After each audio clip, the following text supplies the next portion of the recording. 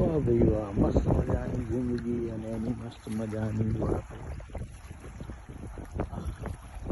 આ ખળખળ કરતી મસ્ત મજાની નદીને જોઈએ ને ત્યારે ખ્યાલ આવ્યો કે આપણું જીવન પણ આવી જ રીતે ખળખળ કરતું વહી રહ્યું છે. વાહ ભાઈ વાહ, કેટલું મસ્ત, વાહ રે વાહ.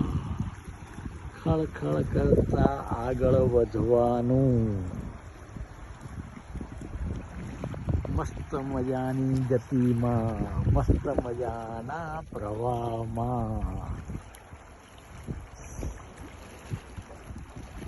ભાવની દુનિયા કહે છે ને, ભાવ, પ્રેમ, લાગણી એકબીજા પ્રત્યે લાગણીથી, પ્રેમથી, ભાવથી મજા કરતા કરતા, વહાલ કરતા કરતા ખળખળ ખળખળ આગળ વધવાનું. હવે આ જે ભાવની દુનિયા છે ને, આ જે પ્રેમની દુનિયા છે ને, આ વહાલની દુનિયા છે ને, એમાં છે ને તું સદભાવ ઉમેરી દેવાનો. આ સદગુરુ છે ને બધા નાની નાની વાતો કરે ને પણ બહુ મજા આવી જાય. બધાને એકબીજા પ્રત્યે ભાવ હોય, પ્રેમ હોય, લાગણી હોય, વહાલ હોય, બધું જ હોય, પણ એ સદભાવ હોવો જોઈએ.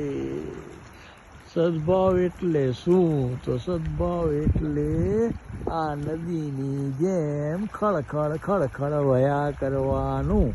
વચ્ચે કોઈ આળસ આવે, વચ્ચે ઝાડનું થળિયું પડી ગયું હોય, વચ્ચે પથ્થર હોય, વચ્ચે ક્યાંક આ પુલ છે ને એના થાંભલા આવે તો એની આજુબાજુ થઈને આપણી ગતિમાં, આપણી મસ્તીમાં આગળ વધવાનું. આપણા પ્રત્યે કોણે કેવું વર્તન કર્યું, કોણે શું વાત કરી, આપણને અનુકૂળ પ્રતિકૂળ જે કંઈ પણ વાત કરે તેમાં આપણે તો આપણા જ સદભાવમાં રહી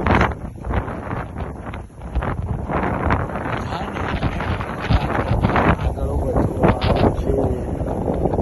જો આ નદી પાસેથી કેટલું શીખવાનું છે.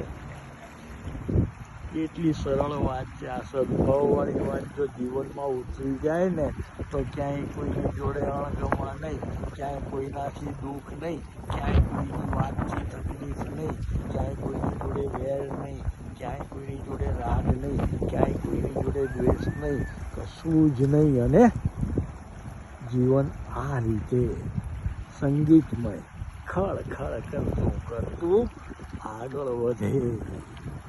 બધાનો સ્વીકાર, બધા સાથે વહાલ, અને પેલો સદભાવ નહીં ભૂલવાનો. કોણ શું કરે છે એ આપણું કામ નથી. આપણું કામ તો નદીની જેમ બધાને મદદરૂપ થતા થતા, વહાલ કરતા કરતા, ખળખળ કરતા આગળ વધવાનું. વાહ રે વાહ વાહ, નાની નાની વાતો છે હો, પણ જો જીવનમાં ઉતરી જાય ને તો મજા પડી જાય. હરિ ઓમ.